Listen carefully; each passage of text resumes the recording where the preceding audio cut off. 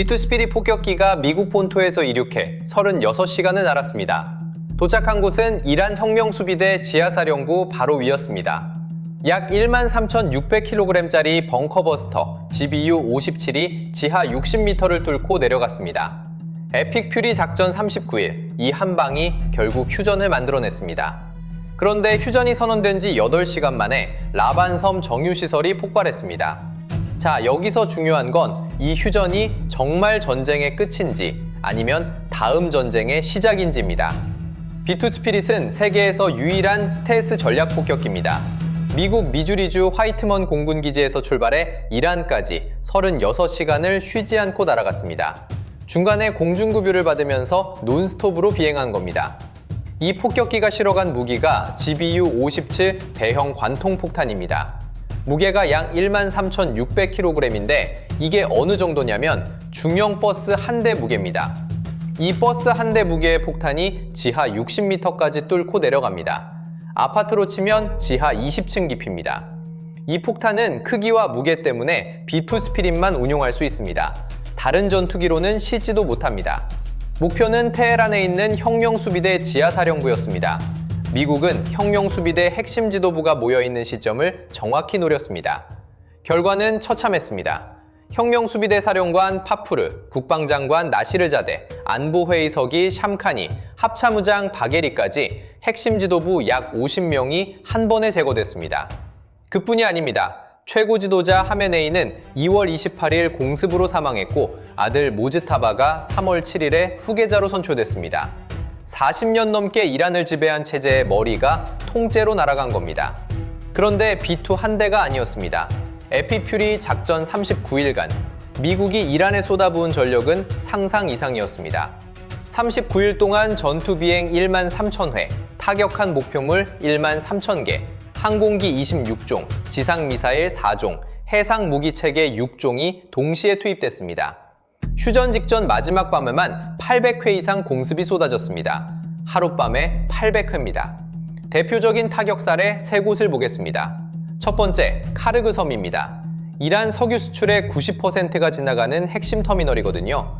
그런데 미국은 여기서 군사 거점만 정밀하게 때렸습니다. 석유 시설은 일부러 건드리지 않았습니다. 이게 무슨 뜻이냐면 우리가 원하면 언제든 당신들 자금줄을 끊을 수 있다는 경고입니다. 두 번째, 남파스 석유화학단지입니다. 이란 석유화학 생산의 50%, 수출의 85%를 담당하는 곳인데 여기서 탄도미사일에 들어가는 질산까지 만들고 있었습니다. 이스라엘이 4월 6일 직접 타격해서 가동을 멈춰버렸습니다. 세 번째, 부셰르 조선소입니다. 이란 혁명수비대 해군이 소형 고속정을 만들고 수리하던 핵심 거점이거든요. 미군이 공습 전과 후 위성사진을 나란히 공개했는데 시설 대부분이 사라져 있었습니다. 이란의 비대칭 전술, 그러니까 소형 고속정 수백 척으로 때를 지어 공격하는 전략 자체가 무너진 겁니다. 바다에서도 마찬가지였습니다. 이란 함정 155척이 격침되거나 손상됐고 잠수함 전력은 전멸했습니다. 자, 여기서 중요한 건 미국이 이 모든 걸 전체 전투력의 10%도 안 되는 힘으로 해냈다는 점입니다. 이란 입장에서는 상대가 아직 왼손도 안 쓴 겁니다.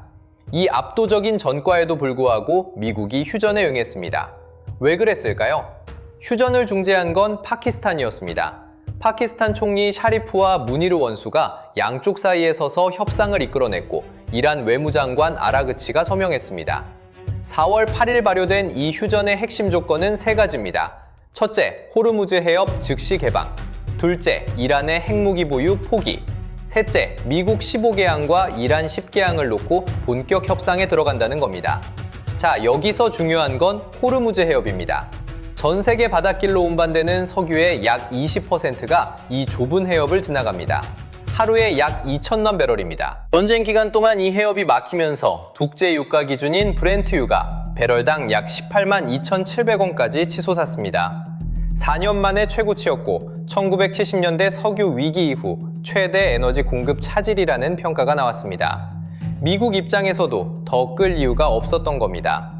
그런데 여기서 이란의 공식 성명을 한번 보겠습니다. 이란은 이 휴전을 어떻게 발표했을까요? 이란 정부는 이렇게 말했습니다. 강력한 무장 세력의 방어 작전을 중단한다. 방어 작전을 중단한다는 겁니다. 항복이 아니라 자기가 하던 걸 스스로 멈추는 것처럼 포장한 거예요. 혁명수비대 지도부 약 50명이 제거되고 군함 155척이 격침되고 해군 잠수함 전력이 전멸한 나라가 방어작전을 자발적으로 중단했다는 겁니다. 솔직히 이건 체면 유지용 수사에 불과합니다. 그런데 진짜 문제는 그 다음에 벌어졌습니다. 휴전이 발효되고 겨우 8시간 뒤 라반섬 정유시설이 폭발했습니다. UAE 미라지 2000-9 전투기가 관여했다는 의혹이 나왔지만 확인되지는 않았습니다. 이란은 즉각 보복에 나섰습니다. UAE를 향해 탄도미사일 17발과 무인기 35대를 발사했고 쿠웨이트 석유시설에 드론 28대를 날렸습니다. 바레인 시트라 지역에서는 미사일 공격으로 2명이 다쳤습니다. 휴전 선언한 지 하루도 안 돼서 미사일이 날아간 겁니다. 왜 이런 일이 벌어졌을까요? 혁명수비대 지도부가 괴멸되면서 말단도대의 휴전 명령 자체가 전달되지 못했을 가능성이 있습니다. 지휘체계가 끊어진 겁니다. 이건 단순한 도발이 아니라 이란이라는 나라 자체가 통제 불능 상태에 빠졌다는 신호일 수 있습니다. 그런데 진짜 문제는 이란 바깥에 있습니다. 자, 여기서 중요한 건 이란이 혼자 싸운 게 아니라는 점입니다. 전쟁이 터지기 한 달 전인 올해 1월, 이란은 중국, 러시아와 3자 전략협정을 맺었습니다. 외교적 엄호, 정보협력, 기술 이전까지 포함된 군사동맹입니다. 이미 구체적인 무기가 들어가고 있었습니다. 중국제 HQ-9B 장거리 지대공 미사일로 방공망을 다시 세우고 있고, 러시아에서는 베르바 휴대용 방공미사일 발사기 500기와 미사일 2,500발을 사들였습니다. 전쟁 중에도 중국 함정이 페르시아만에 배치돼 미국 함대를 추적하면서 이란에 표적 데이터를 넘겼다는 의혹까지 나왔습니다. 이란 뒤에 두 나라가 서 있었던 겁니다. 대리 세력도 문제입니다. 이란의 자금줄은 끊겼지만 후티 반군은 항구와 관세를 직접 통제해서 연간 약 2조 6,100억 원을 자체 수입으로 벌어들이고 있습니다. 이란 없이도 스스로 움직일 수 있다는 뜻입니다. 내일 4월 10일 이슬라마바드에서 본격 협상이 시작됩니다. 이 2주 휴전이 연장될지 다시 전쟁으로 돌아갈지는 아직 아무도 모릅니다. 한 가지 확실한 건 호르무즈 해협이 다시 막히면 세계 해상 석유의 20%가 멈춘다는 겁니다.